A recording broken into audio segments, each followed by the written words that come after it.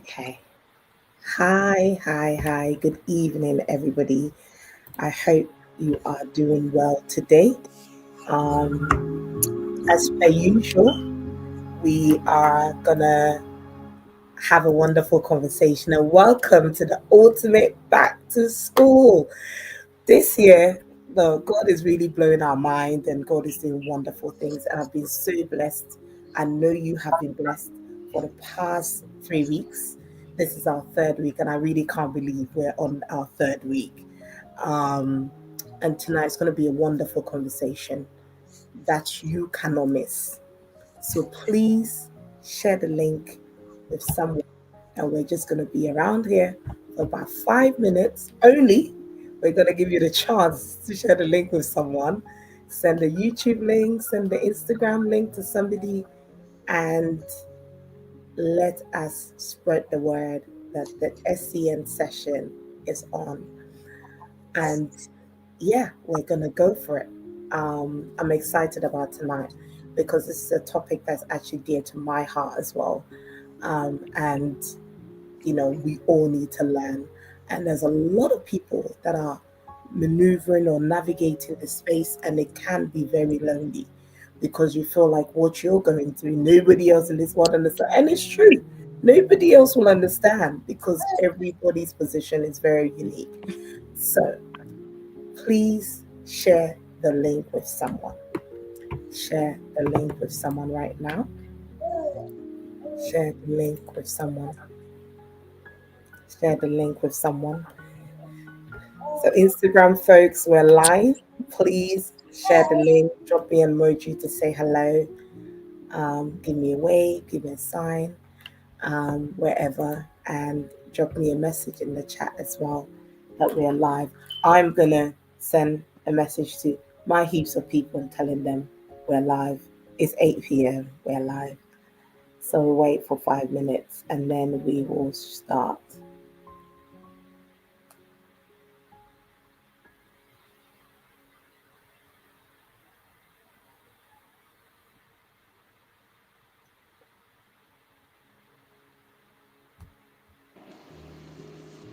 Yeah. Okay, I've done my due diligence. Right. Okay. So we're gonna wait one more minute and then we're gonna pray. As I was saying, this session is gonna be a wonderful one. So I really want people to get into the room very quickly. And it's 8:05, so we're gonna start. Let's start with a prayer as per usual. Father, we thank you for tonight. We give you glory and we give you thanks. You are the one that has made a way for us to be able to connect, for us to be able to share our ideas and share, Father, Lord, resource tonight. We pray that you will make a way and you will use our voices to be a blessing to an individual, to a family. In Jesus' name, amen. Amen. So just before we came online, and I was thinking about today's session has been quite, something else. It almost nearly didn't come on because I was not feeling 100%. But as I was brewing over tonight, and I think I shared it on my Instagram as well, and I said that God was really putting in my heart that it was telling me to about Samson. And all I just kept on hearing is Samson, Samson, Samson. So when I came home from work, I went and opened the book of Judges chapter 13 and I wanted to read. And what God was saying to me is that everybody that gave birth to someone special, someone that had a special on assignment, someone that was unique, had instructions from God. Every parent, every parent. And when I was reading Judges chapter 13, I was actually crying when I was reading it. That God was telling the Manoah is Samson's dad. God was telling the mom and dad that your child should not eat this food, your child should not do this. And I was crying because often we look at special needs children who are special, that they're weird because they want to eat certain types of food. They want to do certain things their way. They think differently. They do so many things such a unique way. And when I was reading that particular verse, I was literally crying. And I was like, my God, we are missing the point. We are really missing it. And we're just focusing on all the negatives, whilst the positives are just staring at us in our face for us to feed into it and make it great. So tonight, I've got some wonderful individuals here, and I'm so thankful that they are able to come on the panel. Um, Myself, I have two children who are special, and so this journey, as I said, is very, it hit home. It hit home, and I'm ready. I'm going to take notes, and so I want to go around the room and ask them to introduce themselves. And there's quite a lot of few of them that are parents. So please, if you do see children running inside out, we are okay. All right. As you can see, we've got one joining us. So please, we're okay. This is a safe space, and this is a mommy environment, a parent environment. And one of our sisters is also not feeling great. You know, she's really done a lot to be here tonight. So do bear with her as well. Sua, God bless you so much for being here. So please do bear with her if you can't hear her voice very well. She's going to do her best to be here for quite some time to share some information with us, some knowledge with us.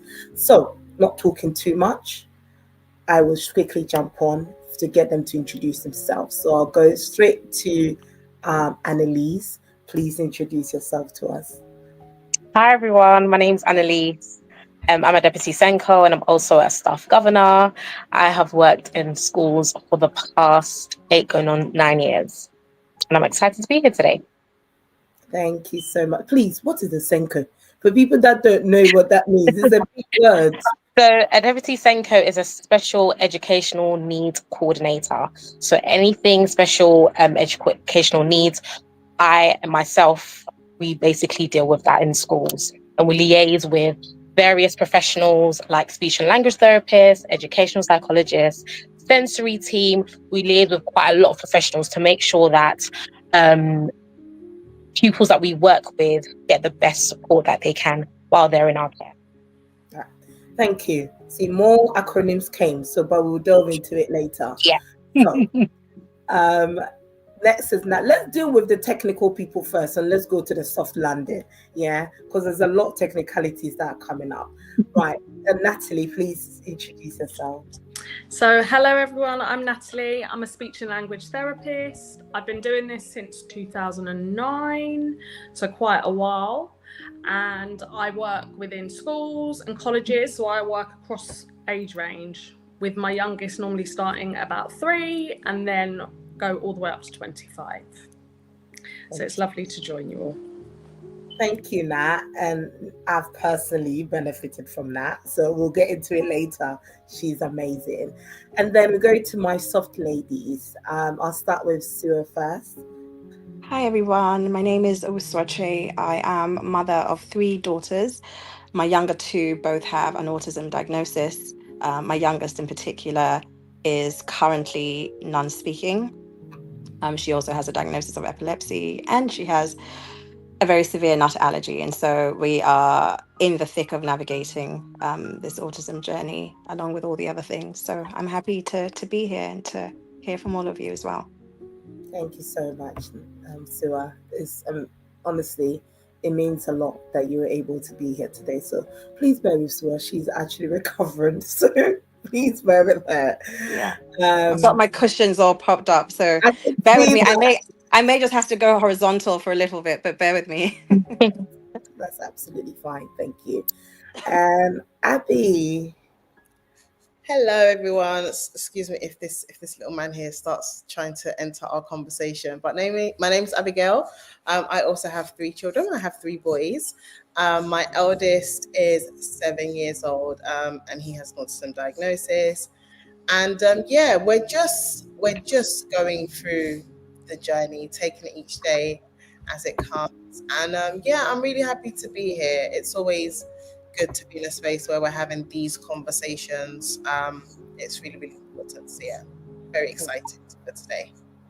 And we're excited to have you. So let me get into the conversation straight away without wasting any time whatsoever. So I'll start off with Abby, because I really want us to. I mean, someone saying you started them off with sushi. She's a sushi addict, by the way. But I want us to get into this question.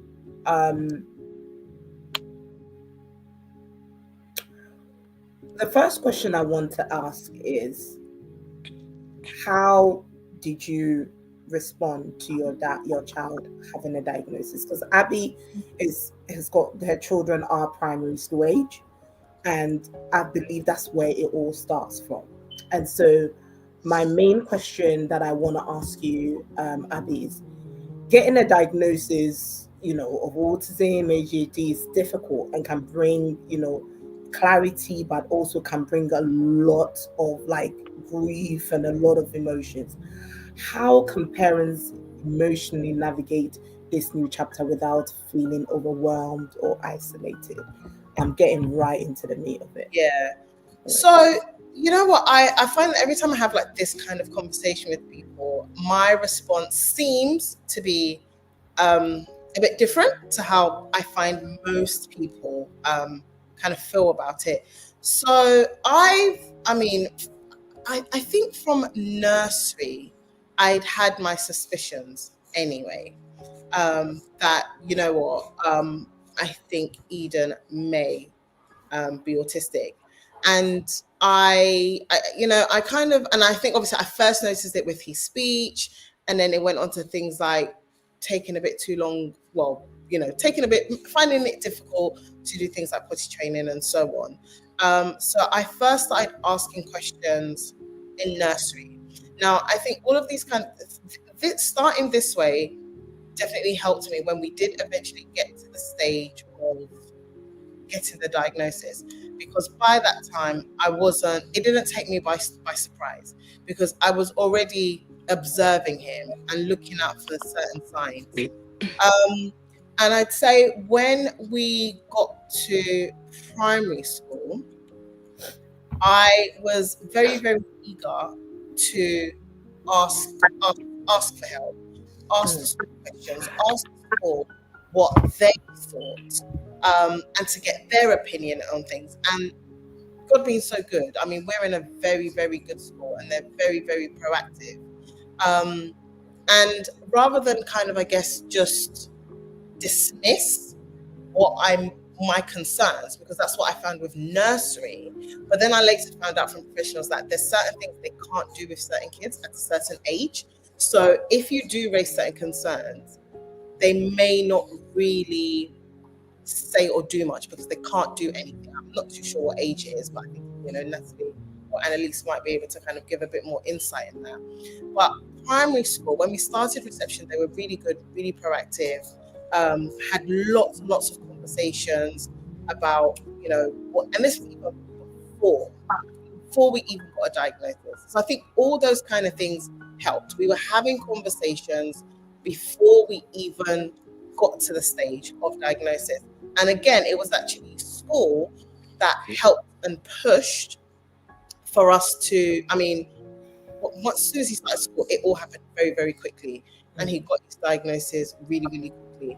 And for me, getting the diagnosis, and and if there is anyone who is here listening to this and you're at this stage, for me, getting the diagnosis actually was a huge sigh of relief. Now, I know for some people, they have this moment of grief.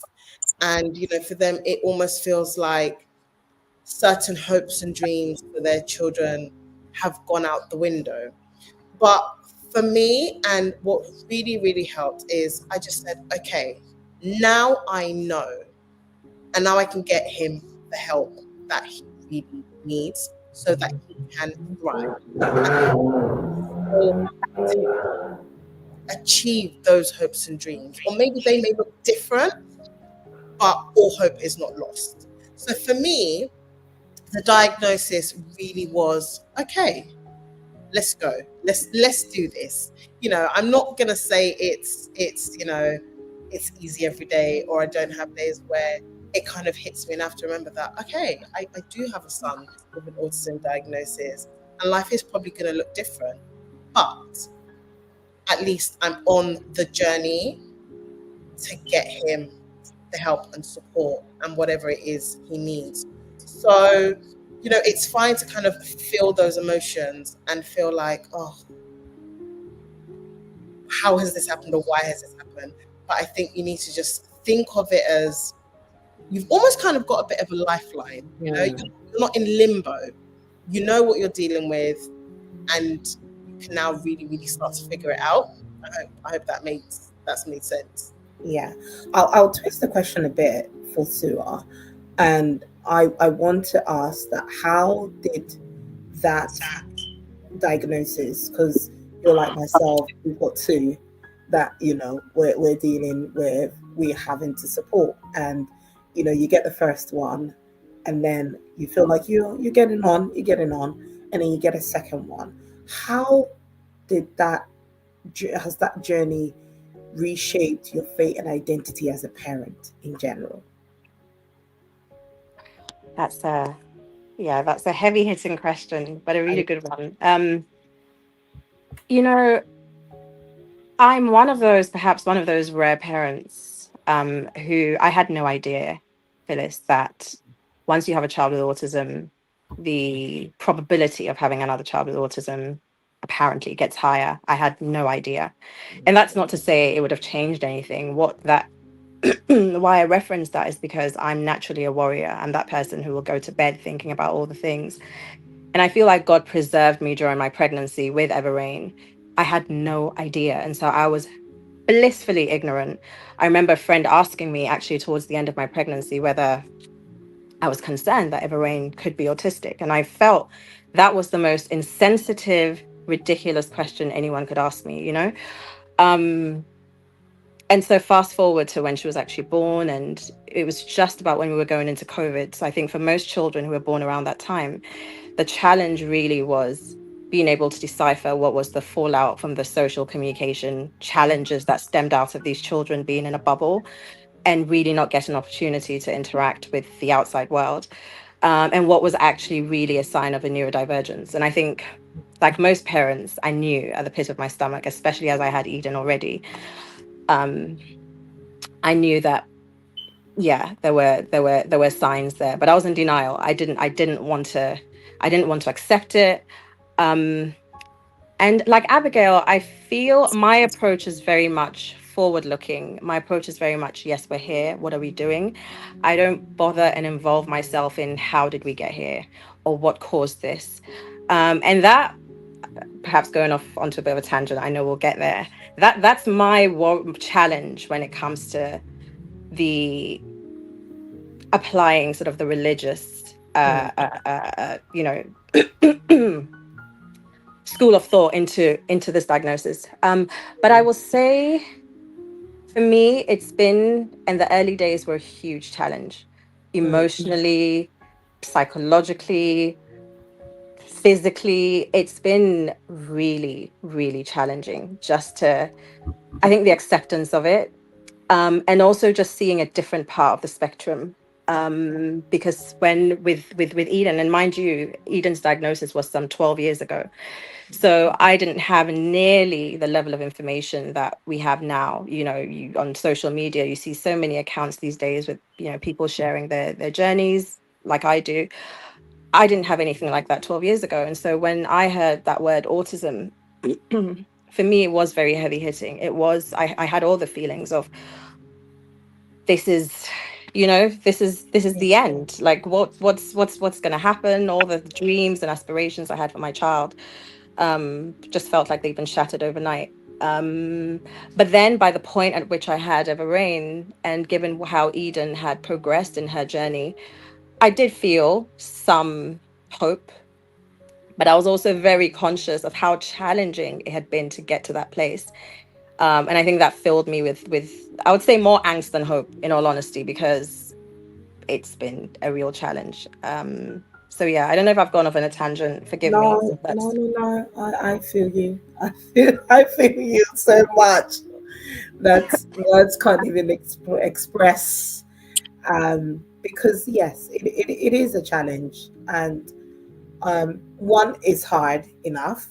I mean, I literally went into the car and wept like a baby when I got my Yeah. the first diagnosis of and I was a bit like you. I didn't know much about it, and you know, till date I always like have a go at people around me because they could see it, but no one said anything.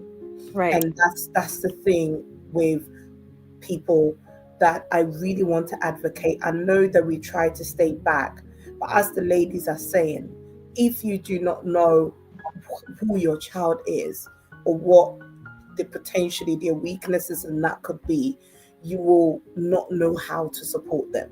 So I've got a comment in there that says accepting a diagnosis makes feeling, however, it helps you to start giving the necessary support and seek help.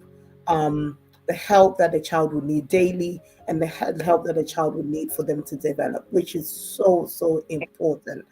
And so I'm a person of faith, and I believe that if you pray over it, God will give you the ability to be able to support your family member, your brother, your sister, because there are so many people that their children are going through just going through the waves. And you could tell some of them, if only they had a diagnosis, they could be better. They could get the right support and do well. And so I actually want to ask Annalise, for parents, when we receive this report and we're trying to get into school, one of the most important document that we tend to you need once you have a diagnosis and your child's going to go to is the EHCP, that I believe. So how, when does a child have the EHCP? When should you get it? Why is it important for you to have that EHCP? Okay, so the EHCP, Educational Health Care Plan, it's important. So once your child has been diagnosed, that plan is from 0 to 25. So your child will be supported from when they're 0 up to 25. But some people get the diagnosis more later, some people get it earlier, it all depends. So once the child has the diagnosis, before they even have the diagnosis, we have feedback from the teachers, we have feedback from the teaching assistants, we have feedback from myself, we have feedback from other professionals to make up a report on what the child needs. So it could be their strength, and it also can be things that they may need to work on. So once that's all been put together, that's when we create the educational health care plan. So when we create the educational health care plan, it's a document that every single person within the SEND department has to make sure that they're reading about it. So if a teaching assistant is working with that individual, they have to make sure that they know that EHCP inside and out. And I always say, even before your child does get an educational health care plan, the SENCO, the deputy SENCO, should literally be your best friend. They will be the person that you go to when you need the most support. I think a lot of times in our community, we kind of shy away, we don't want to ask for help. We don't want to seem very different. But the SENCO, the deputy SENCO, the SEN department should be your first point of call. So I always say, so I work in secondary. So anytime we have students that are coming into my care, we always go and see the primary school and see what support has been put in place in primary school. So for example, if a child has autism and they struggle with change, because we know autistic students, autistic pupils struggle with change. What have they done in the primary school to help support that child? Have they given them noise cancelling headphones? Have they adapted the routine for it to be quite easy for that child? What have they done? So myself, the SENCO, the admin will go into the primary schools, and we will go and find out what support has been put in place for that specific child. And then we relay that information to secondary school. Secondary school is a lot different to primary school, a bigger setting. So then we sit down with the parent, carer, any other professional that work with them, speech and language therapist, maybe the educational psychologist has worked with them, maybe the sensory service has worked with them, for example, depending on their need. We sit down with them and find out, okay, the child has now graduated from primary school into secondary school. What can we do to make sure their time at the secondary school is the best possible thing that they can do here?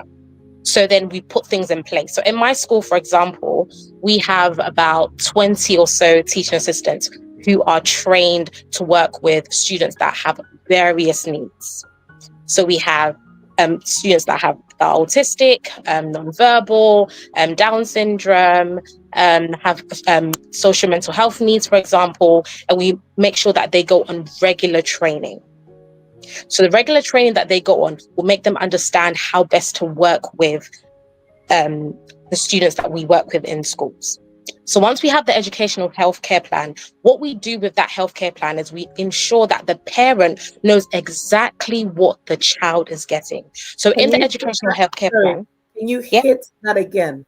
What does the parent need to do with the parent needs to make sure they understand what has been written in the educational healthcare plan. So they need to, so every time that when the educational healthcare plan has been written, a copy is sent to the parent. So you read it, scrutinize it. A lot of parents don't do that. They don't scrutinize the plan. As soon as they say, oh, there you go, your child has got autism, off you go. They think, okay, that's fine, I'm going to get all the support. No, that's just the beginning. That's the skeleton. You need to make sure you're reading every single thing. So educational healthcare plan, the ones that we focus on is section F. So section F has what the school need to basically do. So for example, the speech language therapist will come in weekly to have sessions with the child. Maybe they might have like social skills within a small group, or maybe one-to-one with the speech and language therapist or with their TA. Or, for example, they might have sensory play where within their timetable, we structure a time for them to have time for them to go into a soft play section where they're with their TA and they work on that. Or during the day, they might have something called nurture program. We have something called nurture program where the kids are able to learn various things. It could be, how do they make a cup of tea? How do they work how to pay for something at the shop, for example. Doing gardening, going to the zoo, for example. So we make sure we adapt that to the child's need. And obviously, every disability is different. Everybody's needs is different. Somebody that might be autistic might be different to another child. So we don't box everybody in one. And I think sometimes people think, if you're autistic, everyone's the same. No, everybody's very, very different. Okay. So in that process, once we've done all of that, the teachers are made aware. And before we start, so as we start in September, before we start anything, like we start the academic year, every single teacher needs to make sure they're reading part 1 of keeping children safe in education. So that talks about how you're able to ensure that the students that are in your care are kept safe in that facility. So if they do have a need, how are you making sure that they're safe within that environment that's with them? Is there access to lifts if they need it?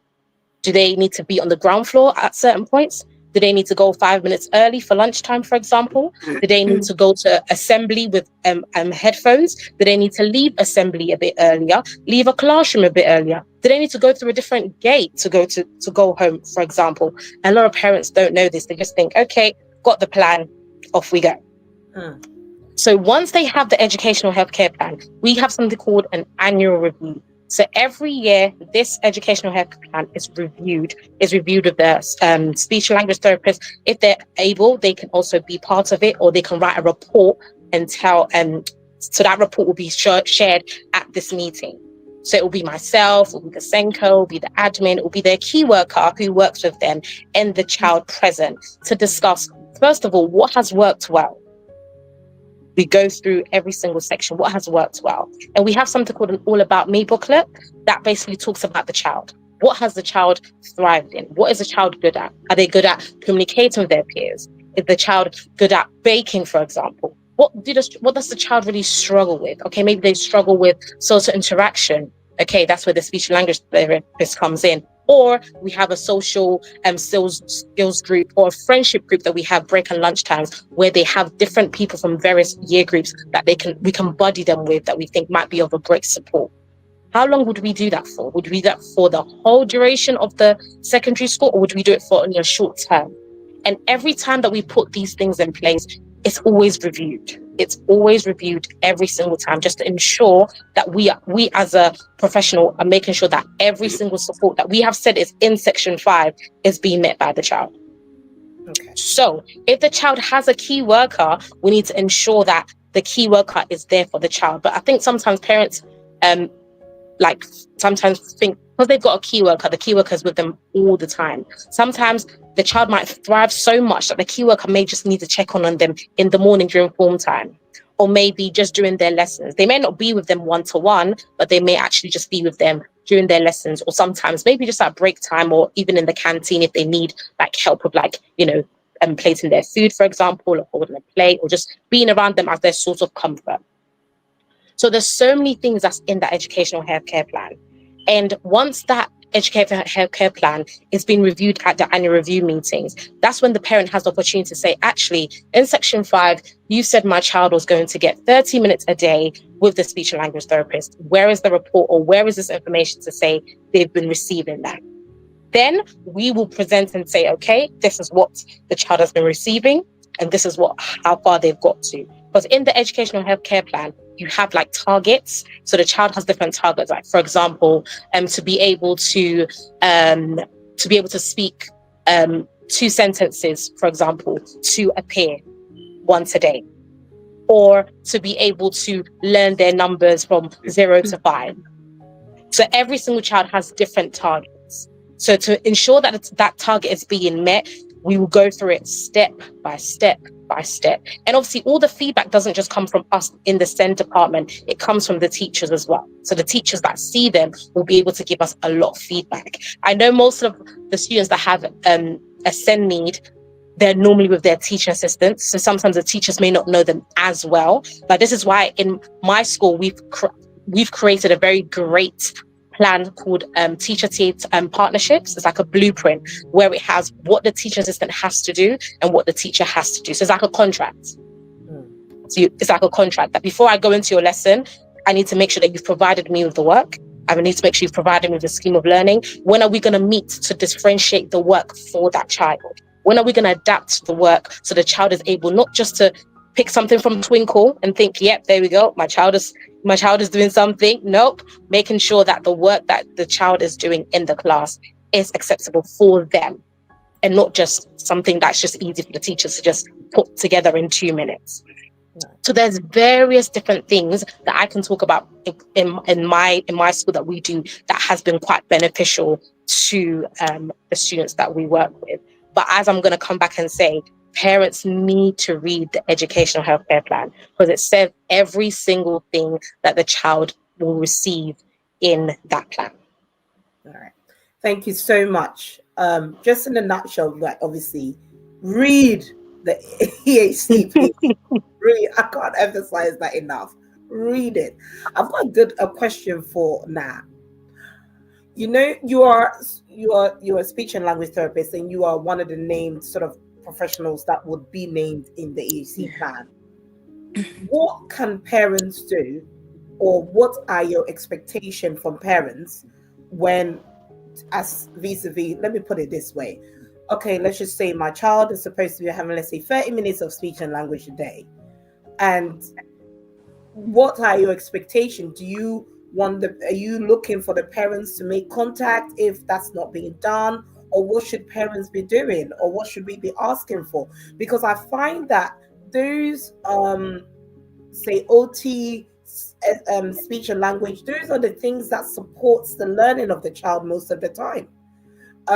So what should we be doing once we receive the EHCP?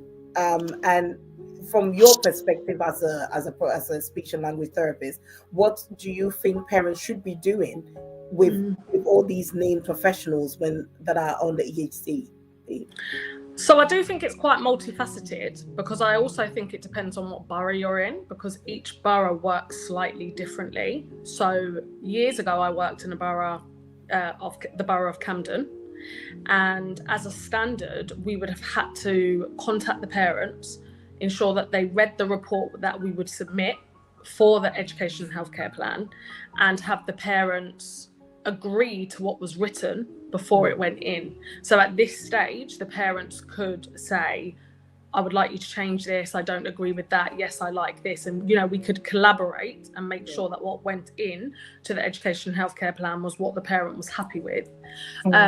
And then obviously from the speech therapist's perspective, we are to assess a child within the setting that we will be delivering the care. So what we then recommend is based on that. So if I was based within a school setting, I would say that the majority of the support I provide for that child would be within the school setting, within term time hours. And then I would also state whether the parent should be involved. I'll always put in provisions and recommendations, just because it's good practice, that we need to collaborate with professionals and parents at a minimum of once a year when we do the annual review. Obviously, depending on how the therapist works and the borough that they work for, parents are always open if their child is known to the service. And that's it. And when I say if they're known to the service, that's if a local authority or an NHS service is delivering their care. Nowadays, there are private therapists that go into schools, or schools are actually paying for a service to come in. So again, how they work might look slightly different, but I would say for parents, always make contact with your child's professionals at a minimum of once a year. Because what I can say is, if for example I had a caseload of children and I am not invited for an annual review, that might mean that I'm not there. So then as a parent, you might actually miss that opportunity to meet with me.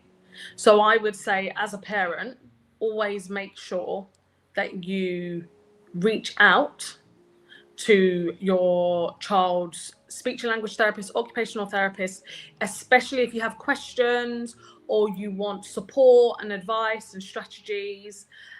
Because other than when they update the child's plan, if they have a plan, or do that yearly review, you might not hear from them. Natalie, can I? I Sorry, was going to come Phyllis. to you Yeah. two. Oh, were you? Yeah. I was just going to ask, because I know we've Yeah. touched on the annual review, and I don't know if this is particular to my borough, but my understanding is you can also call an emergency review at any point, right? Because our children change so often, and what might be, even within the course of a year, changes might happen that might make specific components of Section F no longer relevant, or in fact they might need to, increase certain provisions within it. And so I've definitely used that provision to my advantage, or to my children's advantage, a good number of times, where I've said, we're not waiting for the annual review, we need to call an emergency review at such and such a time, and these are the specific reasons why I want that to happen. But like you said, it's so important, and I think it was Annalise, just reviewing, assessing Section F in particular with a fine-tooth comb, because they're not writing. My experience, and sorry to be a bit of a Debbie Downer, but my experience has been they're not writing these EHCPs in the best interest. The obligation is really to provide a reasonable level of care. They're not supposed to be doing what is optimal or what is best for your child. It's what is reasonable. And there's a huge difference with that. So what is reasonable for my child, who's never said a word, is a session of speech and language in a term. We know that's not enough, but that is what Section F says. And so I think it's really important, like both of you, like Annalise said, it's important that we challenge these things, right? Because they'll give us the bare minimum. And I think, just to follow on from what you said, we as a professional are supposed to write what the child requires, not what we can deliver. And I think it's quite important for parents to know that. that the evidence dictates what we should write. But there are cases where children have had their provision written based on what the service can provide them. And that becomes very, very tricky. I think just also, you know, I've had experience of education healthcare plans being written very well, but actually what has happened is the information is not in the relevant parts of the EHCP. So that's something I always explain to my parents, that section F is incredibly important because that is the legally binding part of the education and healthcare plan that dictates what level of provision your child will receive from the professionals involved. And it's also really important that when the process gets started, that the local authority reaches out to all the professionals that could be involved so that an assessment is done, or so that they can say that this child doesn't need an assessment, so that actually their strengths and their needs are adequately represented in this education healthcare plan. Because again, there are examples where the school will say we don't have access to a speech and language therapist from the local authority or the NHS, and we don't have one, and therefore the child never has a speech and language assessment, and there is then no provision written in their education healthcare plan, whereas actually that should happen. And at the bare minimum, the local authority or the NHS, depending on again how your borough works, should provide at a minimum an assessment for that. Okay. And I think just to Abby, add, I was going to come to you about that. I What, think all of these things. yeah, with the EHC, but what has been your experience with it? I want to touch on, because you know quite a few of the mums, and some people would have had a decline, would have been declined. I mean, I have, as you know, so I've got like Yeah. a little community. And I think, you know what, before we even say anything, it's so important to talk. It's so, so, so important to talk because, you know, you can pick from people's different experiences and get advice from different people. So first of all, it's really, really important to talk. I have spoken to so many different parents, and honestly, the experiences, and I think as Natalie has rightly pointed out, you know, depending on the borough, the school, the experience can be so, so different, but the facts are the facts, and what is meant to happen is meant to happen, as Natalie has said. So you need to advocate. And I'm just to put it kind of like quite plainly, you need to be that parent if you need to be that parent. You need to speak up, and you need to be, you know, you need to be quite firm about certain things.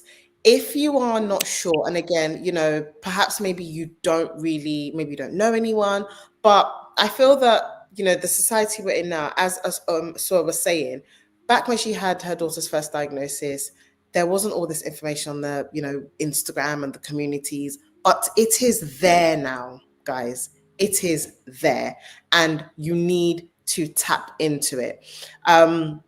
You know, because like I said, just through talking, I've been able to, like, you know, build a little, almost like a little support community.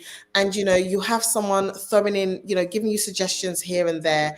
At most, if you are stuck, like, for example, when I got my son's EHCP, I sent it to Natalie. I sent it to Natalie because Natalie is someone in my community. You know, I know she loves Eden to bits, and I know that she will help me. And we went through it together, you know? So again, there is no shame in, listen, I have no shame when it comes to seeking help and support. I sent it to Natalie and I was like, okay, I've had a look through this. I'm reading it, but I'm just not sure. Does this make sense? And there is no shame in doing that. So reach out to people in the community. And so many amazing things have happened just through us having conversations. And one mum saying, oh, you know what? They told me I can't do X, Y, Z. And someone's like, no, absolutely not. Go back and tell them this, that, and the other. And they've come back and be like, oh my gosh, guys, it worked. That was helpful. Please tap into your community, tap into a community. Because like I said, I'm in a group with a bunch of women who, most of them I don't know from anywhere. I literally don't know from anywhere. We just have this thing in common and we've come together and we're just helping each other. So speak up, ask questions, tap into your community, and be that parent if you absolutely need to. Because yeah, stories do vary, but like Natalie said, what's meant to happen is meant to happen, and you need to fight for that. Sometimes it does come down to that. You really, really just need to push and fight for your child. All right.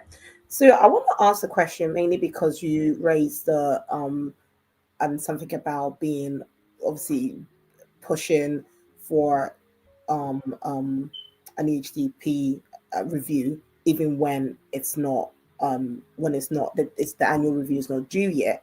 But I want to actually tackle the issue of some parents would have applied for HCP on their own accord because, as Abby said, obviously they expect the children to be a certain age before the school will apply. But sometimes you as a mother, I know a parent who has got two children on the spectrum, and she actually realized that a younger child who was in nursery at the time was also given signs of autism as well. And she wanted to have a diagnosis done, but was declined. What would advice, if you have any, or Abigail, what advice would you give that particular parent and their approach to, seeking for an EHCP to be done? And should parents wait for a school to do an EHCP, and that's to everybody, or should they be pushing? And if they are supposed to be pushing, where should they go first? I don't know if anybody knows, but so what if you do know? My my personal experience has been I do think, and maybe Natalie can weigh in, but I do think it depends on the borough. Um, my experience more recently with Everrain was that in my borough, you tend to have more success if the school, the professional, is leading the way with the EHCP. When a parent takes the lead, for lack of a better word, it becomes a bit more of a complicated process, because you're putting in your own Feeling. views, and Yeah. you may of course seek professional views as you go along, but it just doesn't get looked upon as favorably. That's at least what I understand for my borough. And so with Everrain, it was actually fairly quickly. We were on the diagnostic path for about a year and a half, and I think it was we were in the peak of COVID at that time, and so she got diagnosed on her third birthday, but it was led entirely by the setting. And we is a very unusual. So our borough, I'm in the Kingston borough, Kingston upon Thames borough, and what is unusual about our borough, I'm not aware of any other boroughs that have this, but we have a setting, a nursery setting that is dedicated to children with social communication challenges. So back 12 years ago, randomly, I happened to move into an area that had this school in very close proximity. So Eden Rose started in that setting. Very quickly, I didn't even know anything about autism at that point. Someone raised a hand and said, "That's, we believe this is what's happening with your child." And she actually got removed from the mainstream, even though it was a school dedicated to social communication, and they put her in a dedicated class for children with autism or on the pathway to an autism diagnosis. It was a class of just 6 children, targeted sessions on a day to day with these kids, and the progression was astounding. So it was that school that led the entire EHC process, both for Eden Rose, and 10 years later, Everrain ended up going to that exact school, and they're very known, they're very well known to our borough. If your child happens to be in that setting, and specifically in what they call the green class, it's almost it's almost a rite of passage that they get an EHCP. So it's from my experience, it was very streamlined, because the setting itself and the nature of it essentially laid the foundations for them to get an EHCP. I know that's not helpful for everyone, but that's my experience. No, that is helpful. That is helpful. Anybody else? Does anybody? Yeah, I think obviously that's not been. Yeah, I mean my Eden School led the whole thing, but I have found that parents who do go in themselves do tend to face more challenges. I do know someone who went for an EHCP. It got declined, but then when the school got involved, and lended their voice to it, then it went through. So, I would say it's people do it. It's absolutely not impossible, but I do think that when you do have the professional backing, um, things do progress easier. I mean, it is a very, very stressful process. So I do commend any parent who is trying to do it by themselves, because it isn't easy. But if you can get professional backing, absolutely, please do use that to your advantage. And Abigail, I just wanted to add to that, because let's not forget, a lot of us are doing this for the first time, right? We don't know we don't know what's required. We don't know the entire process, and it's complicated, irrespective of what your background is. I mean, I always worry about, parents who English isn't even their first language. How do you navigate? You're reading this EHCP and it doesn't make any sense. And it's almost designed to be in that way, where you're reading it and it's like, what is this saying? What are the outcomes? Is this actually, is this a target? Is it, and like it doesn't make sense a lot of the time. And so, like you said, Abigail, do not be afraid to ask questions and be sure that it makes sense for your child, because there are times where you get an EHCP back and they have literally copied someone else's content into yours. And imagine if you're the sort of parent who, and you, not even the sort of parent, you just don't know any better. You get the EHCP and you think it's gospel. You have to be able to read it and make sure you understand it. And so take advantage, even if you don't have a community, like Abigail's been blessed with, use IPSIA, which is an independent legal service that you can reach out to for guidance. But really just do make sure that you understand exactly what is in there. There was another point that I was going to make that's escaped me, but I'll And just remember just at some point. to add on to what something Annalise said at the beginning of this, and I literally scream and shout it to every single parent. Your Senko should literally be like, you should be like that. You and your child's Senko should literally be, you should have such a great relationship. And it absolutely breaks my heart, because I have heard some stories, and I'm just like, are you sure this is your Senko? This cannot be your Senko. Surely not. But like, get close. You utilize the Senko how the Senko should be utilized. Any good Senko wants you to reach out, wants to have a relationship with you, and wants to help and advocate for your child. We've been blessed with an absolutely amazing Senko. Any little thing, she's there to help. Even before we left school, I was like, oh, I need to apply for a blue badge for Eden, and she's like, oh my gosh, I'll write you a supporting statement. I didn't even have to ask her. So yeah, get to know your Senkos. Just check in, even if you have nothing, nothing pressing. Just a little check in here and there. Maintain that relationship, because your Senko is literally, for me personally, I feel like they're one of the most important people in your child's school. Like that's going to help you. So yeah, your Senkos, because our Senkos, well, she went through the EHCP with me and everything. So yeah, please locate your Senko and speak to them as well. Right. So thank you, Abby. I hope we are making notes of it, and I will ask Sue about the IPSIA thing so that I can just put it properly as one of our points that people that don't have anyone to speak to can go to these sort of resources to be able to get some clarity. I want to put this question to Annalise or Enna. How can parents determine whether mainstream or specialist provision is best fit for their child current needs, and what should they consider when making that decision? I think I'll go to Annalise first, because as the Senko, you will probably be supporting once the EACP has been written. You are going to be able to give some guidance. So I've got one of my son is going to go into year 6 and will be going to secondary school soon. So literally, I'm having to go through it and then think, okay, where would be the next? What can I do? Where would he be going?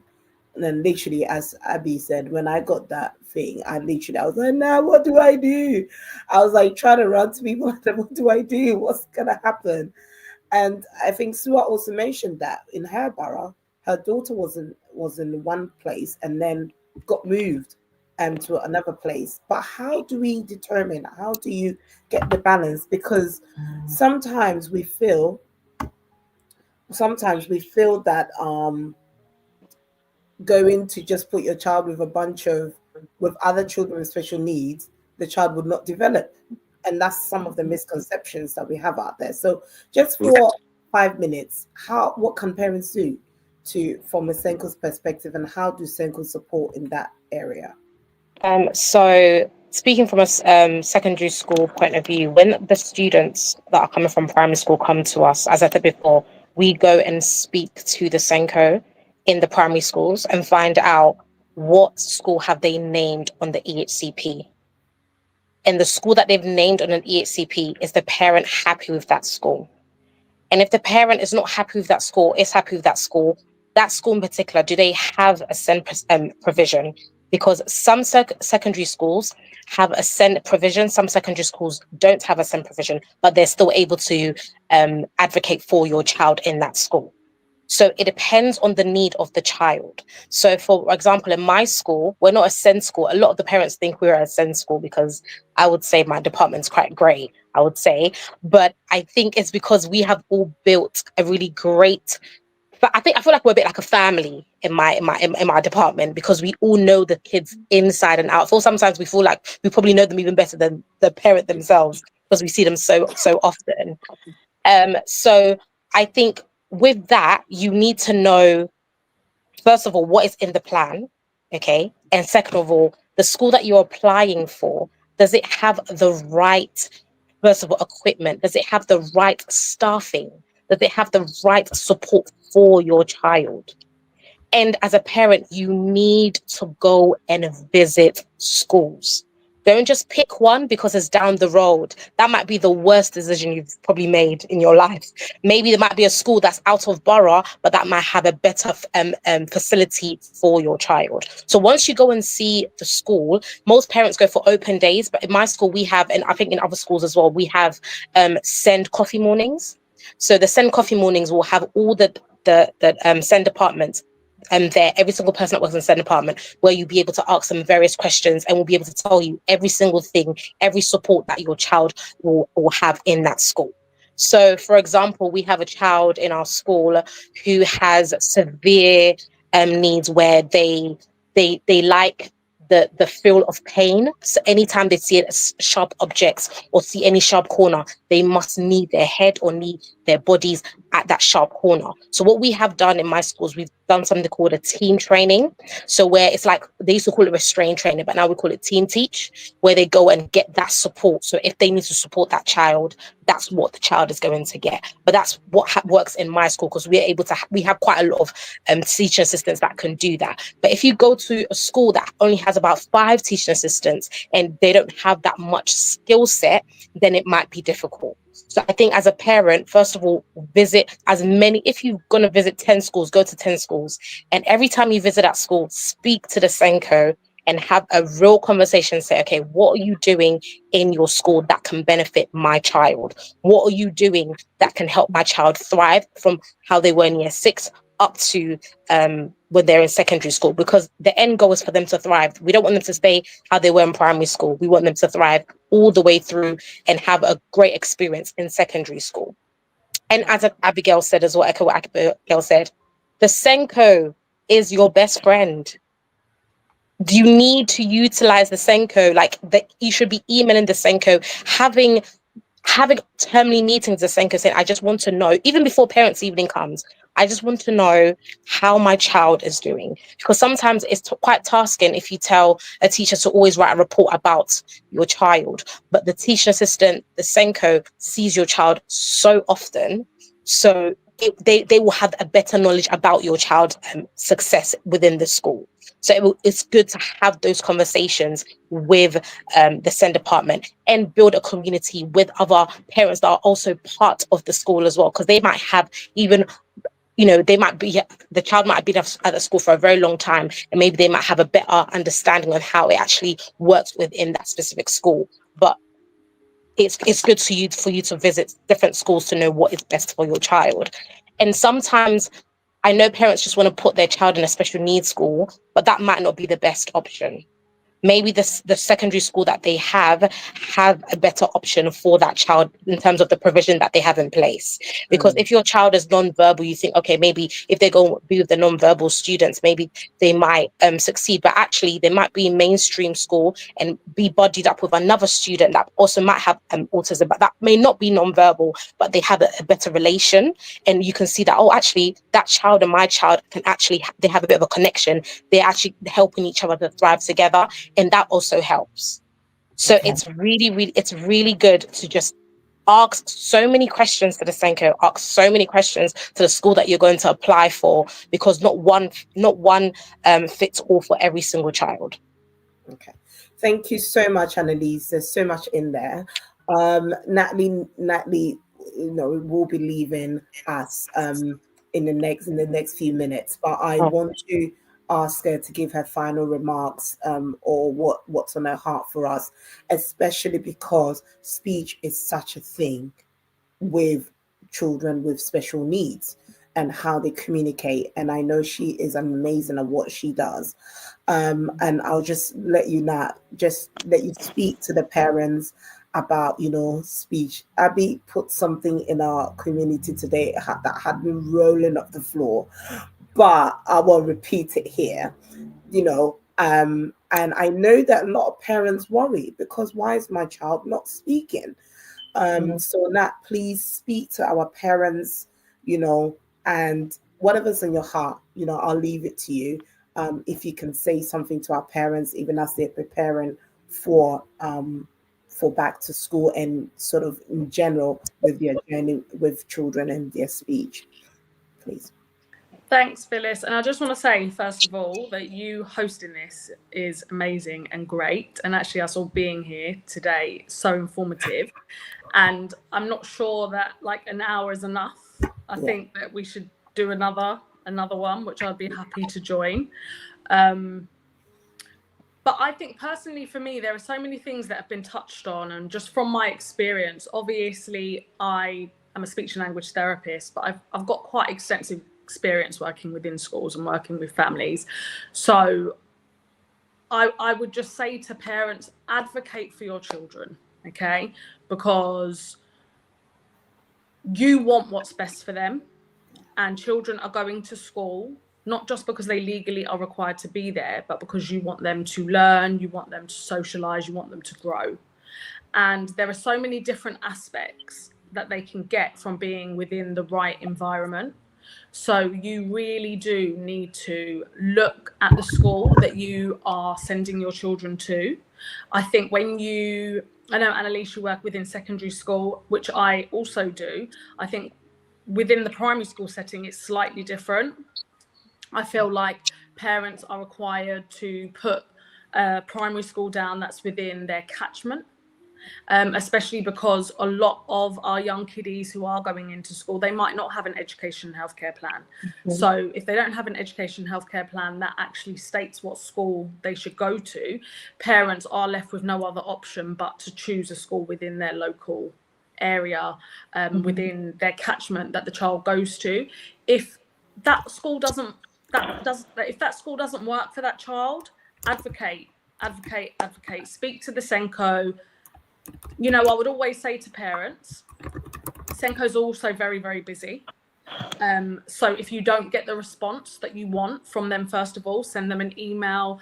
Be flexible also, because I always find that parents have a really great relationship with Senkos when they also understand the demands of the SENCO. And then actually your end goal is that the child thrives, and everyone wants that, basically. But I would say, yes, so advocate for your children.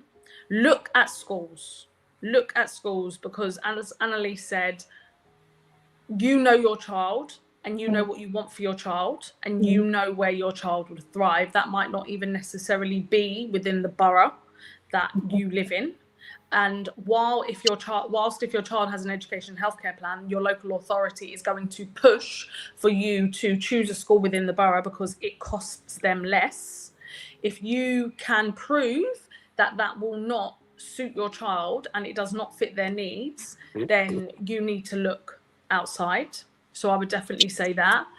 I would also say annual reviews, again, as we touched on before, incredibly important, especially year 5 annual reviews. If you're thinking about the transition to secondary school, I'm not sure many parents are aware, but year 5 is the year, the year 5 annual review is a big review for those children in primary school, because that's when you should start talking about secondary school. Okay, and that's when those discussions open up. And that's when we should be discussing, if we had not till that point, whether a mainstream school with a unit or a special school is appropriate for your child. So year 5 is a very important year. And then just moving away from that slightly with regards to speech and language and communication, lots of parents want their children to talk. And when I say talk, I mean use verbal language. But I always say to all my parents that communication isn't just verbal. Many of the children that I work with, they communicate in many different ways. And sometimes when I work with families, I do an assessment and I will say to them, look, they were able to show me what they wanted. Yes, they didn't use words, but I think we also need to play to our little one's strengths. I think we live in a society now where, you know, we've got all these developmental milestones. A child must be doing this by this age and a child must be doing that by that age. And I think while those things are helpful at times, they can also cause quite a lot of stress and anxiety for parents. And one thing I always try and encourage my parents that I work with is to look at what our children are doing and what they're doing very well, and actually play to those strengths, because a happy child is the most important thing for me in terms of really being able to facilitate communication. I, as a speech therapist, you know, will never tell a parent to not try something. I will always share in a roundabout way whether I agree with something or not. But you know, I will leave parents as long as it's not harmful to try what they want. But I will always explain to parents that children who are happy will learn best. Okay, so we're always wanting our children to be happy, and when our children are happy, we are happy. And I think that it's important to know that whatever anyone is saying on the outside is not really what's important. It's what's going on the inside for our little ones. Because if our children are happy and they are regulated, they can learn. And they can learn in all different capacities, not just language. So that might look different to what everyone's telling you our children should be doing at a particular age.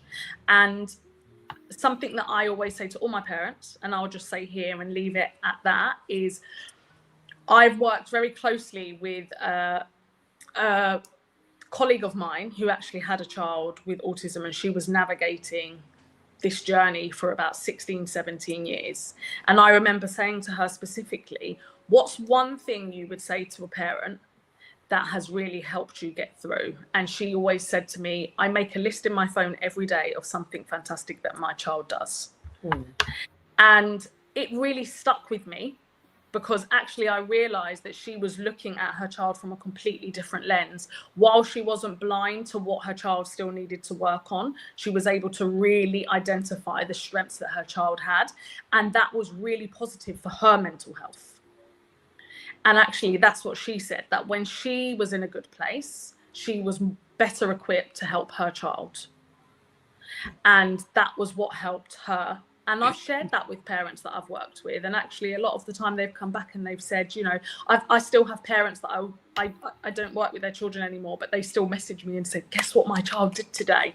And that is something that I love. I love getting those messages to see that actually within an environment that's not necessarily best equipped for our children, if we have people around them that look at them in a different light, they can thrive, parents are happier, and actually we can make progress. Yeah. All right. Thank you so much, Nat. I mean, That's that okay. was really good. Thank you so much. And definitely, you've committed yourself now. We'll have this Okay, of conversation. course, of course. I'll happily We'll join get in. you, yeah, we'll have some follow-up sessions, and we want to have it dedicated on certain things. So definitely we will work something out. Thank you so Yeah. much, and God bless Thank you you. And very I much, think that everybody. we're almost coming to an end anyway, on this session. Please feel free to drop off now, please. Thank you. Thank you. Thank you. And I want us to, I'll go to Annalise for a closing remark. But before I do that, between Sua and Abby, I want us to talk about what is the most effective way um, to building a strong support network. Look, I've come to up to here with people. I saw someone saying that, oh, you say, oh, I'm shy, I'm this. I'm sorry, we're not doing that anymore. You cannot do that anymore. How did you? And you know what? Coming from, like, I'm a pastor, and sometimes people feel like, oh, you want to, it shows something. I don't know what people are thinking, honestly. I don't know what, honest, like Abigail and Sue, I'm a very, very different minded person. I have a different approach to this completely.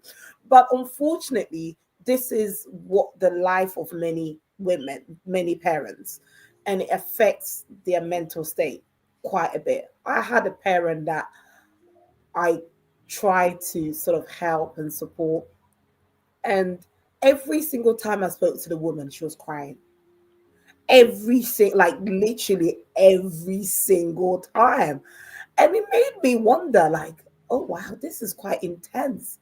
And I had to really check myself and figure, do I want to be around such a person? Because honestly, she was not helping. Although I tried to pull her out of it, literally every single day she had nothing good to say about their child. They had, and it was quite difficult.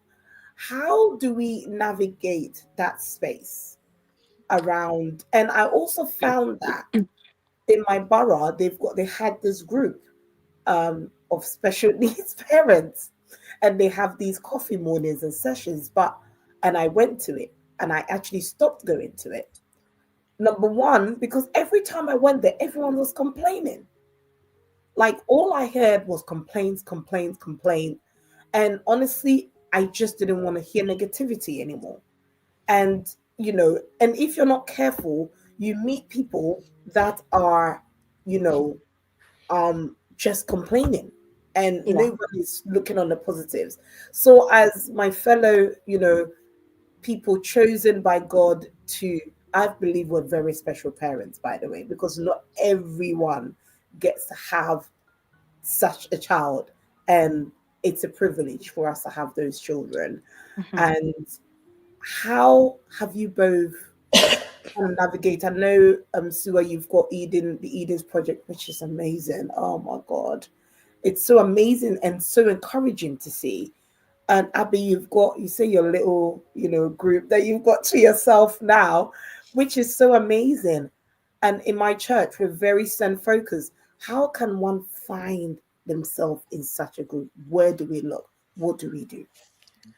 I Go ahead, No, Abigail. no, no, go. Okay. Phyllis, you've touched on so much in what you're asking, and my immediate thought, of course, naturally goes to the Eden Rose Project and the community that we've been able to build by just sharing authentically and earnestly Eden Rose and Ever Range journey. And what I pray for daily is the spirit of discernment. Because as you can appreciate, there are so many people from all walks of life with different mental states, with Mm, different experiences, with different family setups. that I interact with, and I spend quite a bit of time engaging with my community because I've been that parent. In some ways, I'm still that parent out there just feeling very isolated by my specific situation. And so the little that I have to share, the little guidance and hope and all of that that I have to give, I do my best to. But like you said, Phyllis, it's not lost on me. In the few interactions, I'm able to tell who I'm dealing with, right? There are people who are so stuck in this woe is me mentality. Autism is the worst thing that could ever happen to the child. And do not get me wrong, there are very challenging aspects to autism. But what good is it going to do us to wallow and to fixate ourselves in that place? We all go through grief. But it has to be my attitude to that has always been, you cannot stay there. It has to be fleeting. You have to be able to wake up the next morning with a fresh pair of eyes, with renewed hope and grace, because our children are so sensitive by virtue of their sensory, the way they experience the world. They feel us, they feel our energy, and they feed off it, you know? And so we can't do that to them.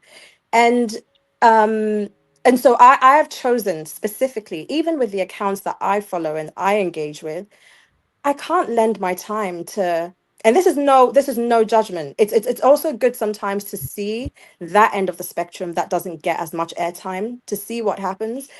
But I'm not a supporter. I'm never going to show my child having a meltdown. I'm never going to show my child having a seizure.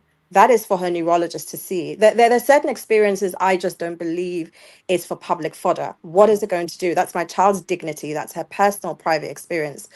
And so I'm very particular about the community that I have around me, because like you said, some of these things can really bring you down. I get why parents do that, because they see similarities. There's this real worry about what the next 5-10 years will look like for your child, and people get really fixated on finding that one child. And I see that sometimes with Eden Rose, right, where people ask me questions, how did you do this and how did they do that? And in as much as, look, I give all glory to God, because honestly, it's not about what I did. Phyllis, I can tell you hand on heart, I do 10 times as much for Everrain, and we haven't seen yet the level of progress that we have with Eden Rose. And so for me, as a Christian mother, as a woman of faith, I lean so heavily on Hebrews 11:1, where my faith, the faith I exercise on a daily basis where these children are concerned, you know, faith being, and that for me is the definition, right? The substance of things that we hope for. It's the reason. My faith is why I'm never going to call my child nonverbal. I won't do it to her. Yep. My faith is why I call my child preverbal. My faith is why, the evidence of things not seen. It's why I will never accept anyone referring to my child as severely autistic. I don't accept it. You will call her a child with high support needs currently, because I believe the relationship I have with my God, I know that He's able to do exceedingly and abundantly above anything that we could ever imagine. And so I think as parents, we need to be forthright. We need to be strong, so strong in our faith that there is nothing that any professional, I will listen to you, to what you have to say. But in my mind, and the relationship I have with my God, I know what He's promised me and my children, and I know the plans He has for them, are plans to prosper them and not to harm them. And so I don't take it, goes from one ear and through to the other. Um, and I really lean on those promises for my children, because you can really go to that place where you're desperate. And then you start, and there are vultures out there who can smell parents in that vulnerable state and will take advantage of you. Look, I've had people recently scam me fraudulently for hundreds of pounds, took my money and disappeared, you know? Um, and there are people out there who are taking advantage of the vulnerability of parents in this space. And so the spirit of discernment is so important. Understanding and knowing your child to such a deep level, and knowing, even if they're not speaking, even if they're demonstrating all of those challenging behaviors, they're spitting, they're fecal smearing, they're doing all the things. please still know that your child has they're competent beings, right? I think parents get so clouded by the fact that my child can't speak, and so there can't be anything really going on there cognitively. You couldn't be further away from the truth. There are people whose children are doing all of those things, because most of those things are sensorily motivated, but they are learning. They're on a pathway to, to secondary school. They're doing all the things. So I think it's time as a community that we step up, that we educate ourselves, that we rise up from this feeling of woe is me, that this is the worst thing in the world that can happen, and align ourselves with what is the next step forward. I don't care where autism came from. I don't care whether it's someone in the village somewhere who had a hand to play in whatever. That is not what I'm interested in, right? I'm interested in how is my child going to thrive here and on. We're here now, right? We can do all the midnight prayers, we can do all of, and I'm not at all, I believe in prayer wholeheartedly, but let's also do the practical things. Let's also sow into our children practically on a daily basis. So yeah, you can tell I'm very passionate. I'm very passionate about this, but yeah. I was not ready for that one. Oh. I was not I ready. feel like, honestly, What came like a ninja? Like, You've said mic, it all. it's a mic drop. It's a mic drop. Literally. Everything you said is it's literally it.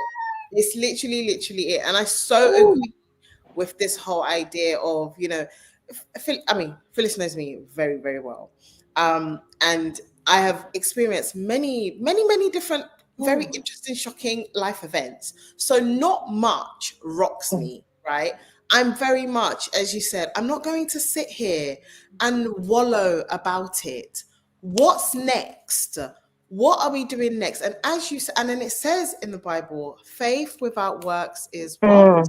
Dead. Let's be practical, guys. Prayer, absolutely. But please, let's do what we need to do. Let's Yeah. step up, as it was said, and back it up with prayer. But you need to do what you need to do.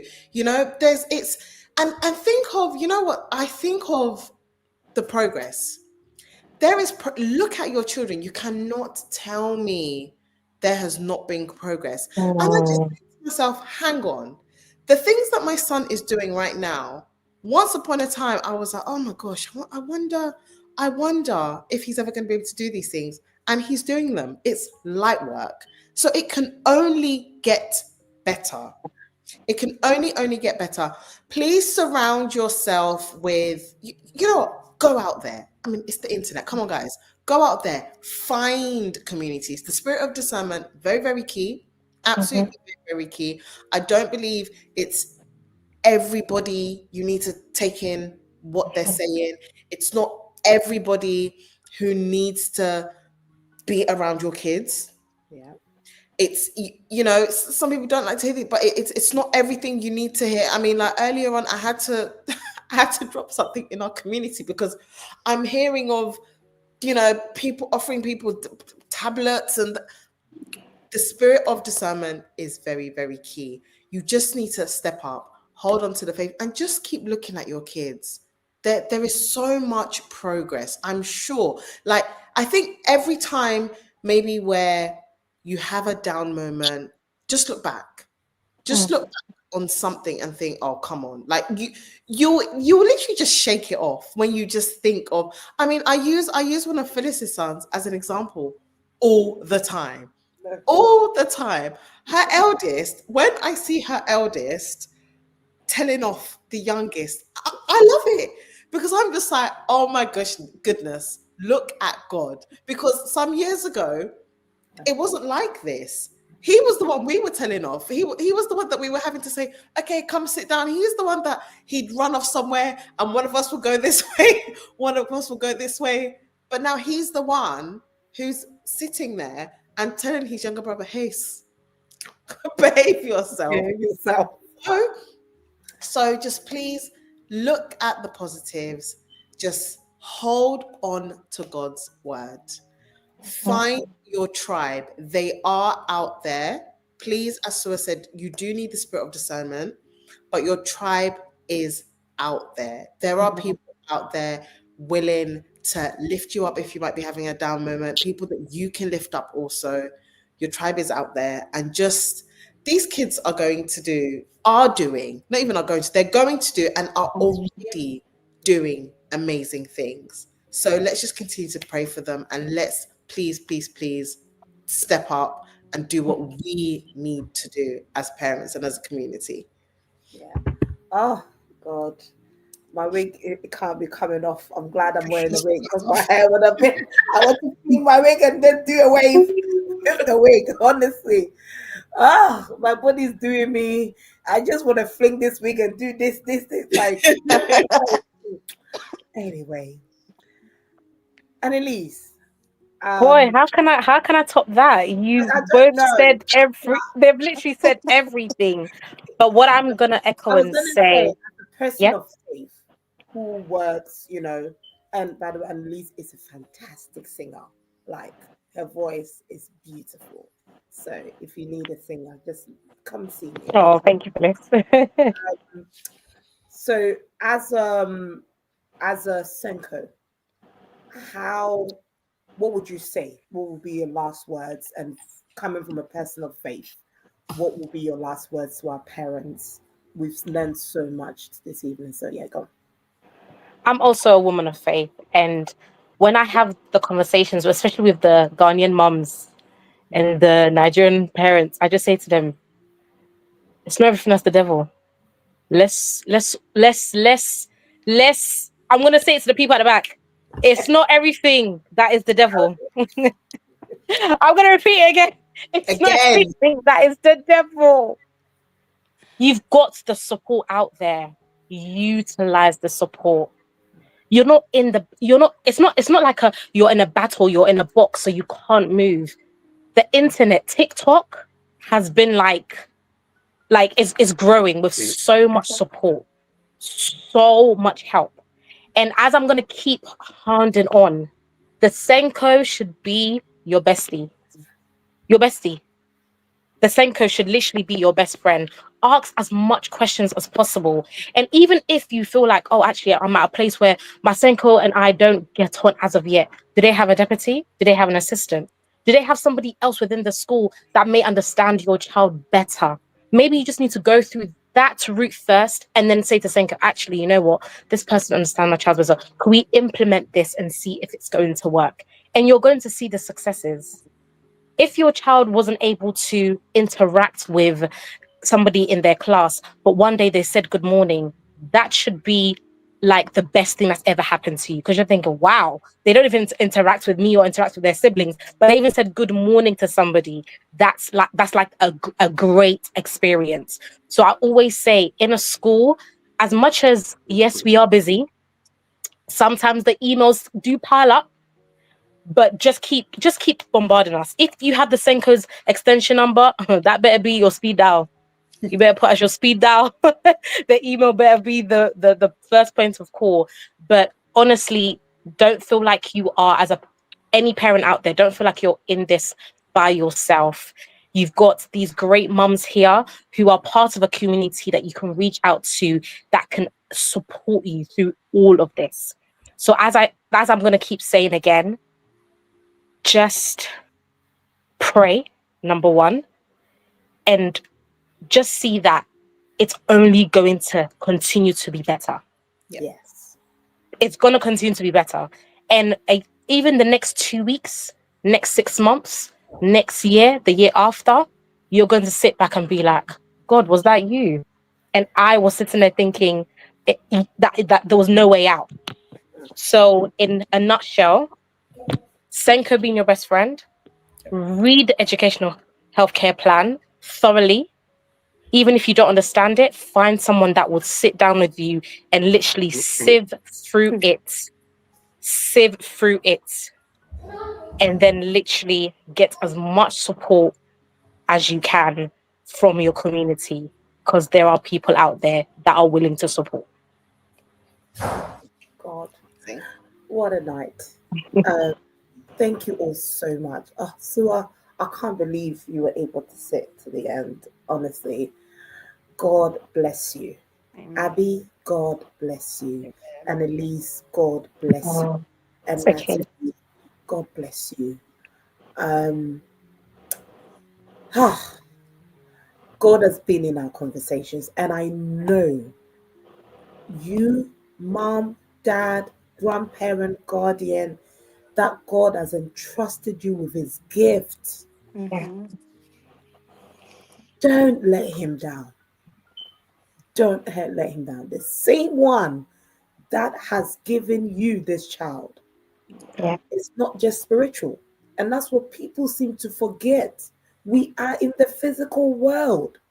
God is spirit, but we download the spiritual, we discern to bring it to the physical, Yeah. to have the knowledge. God has put people that have the knowledge to do so. Let's not be ignorant.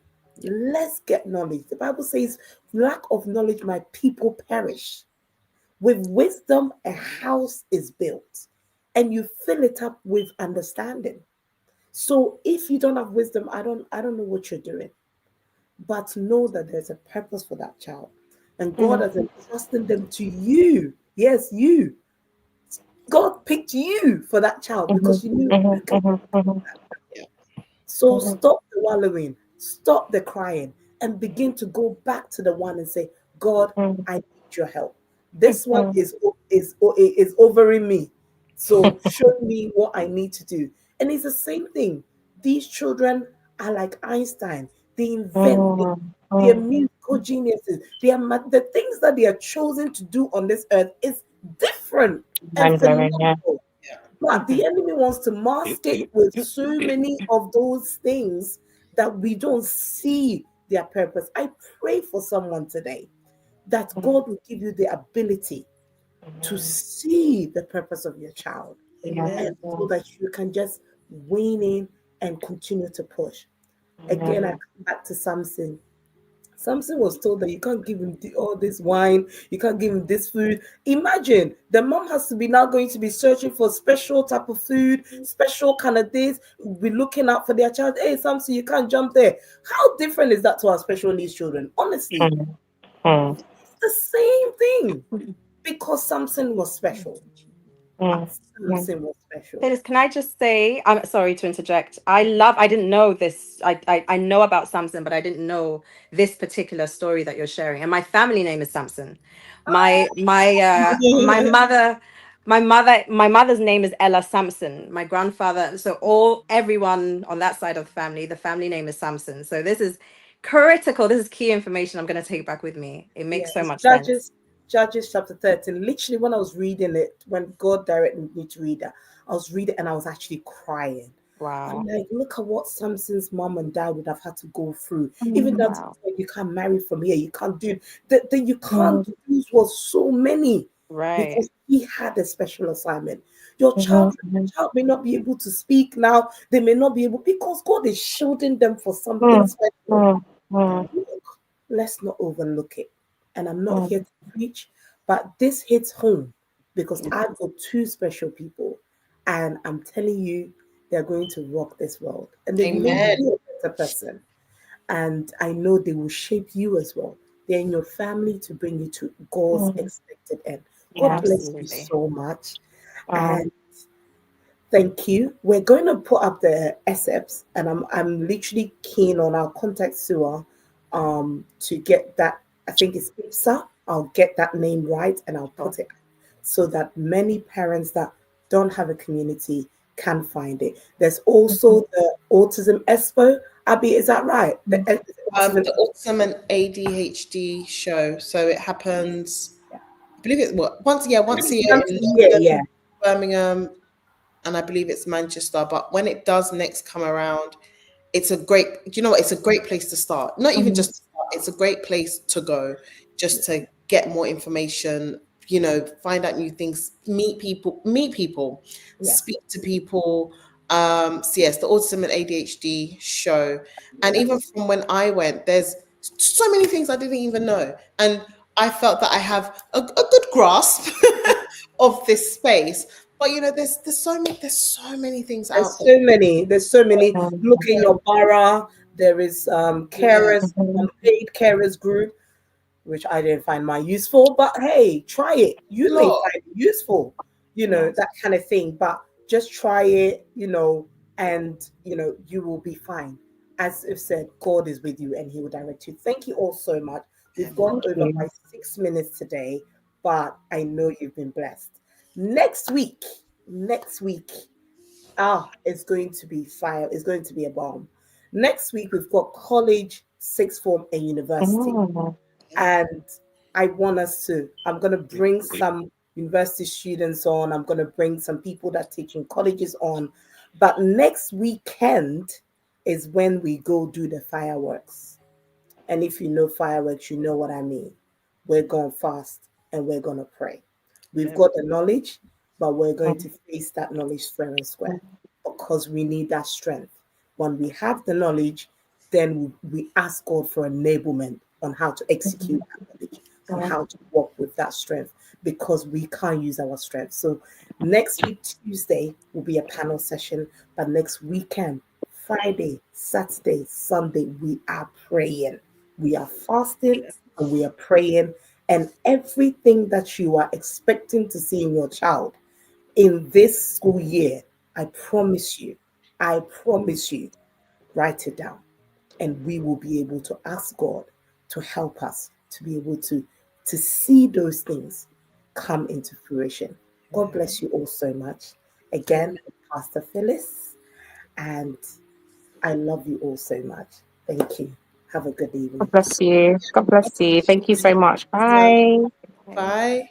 Bye.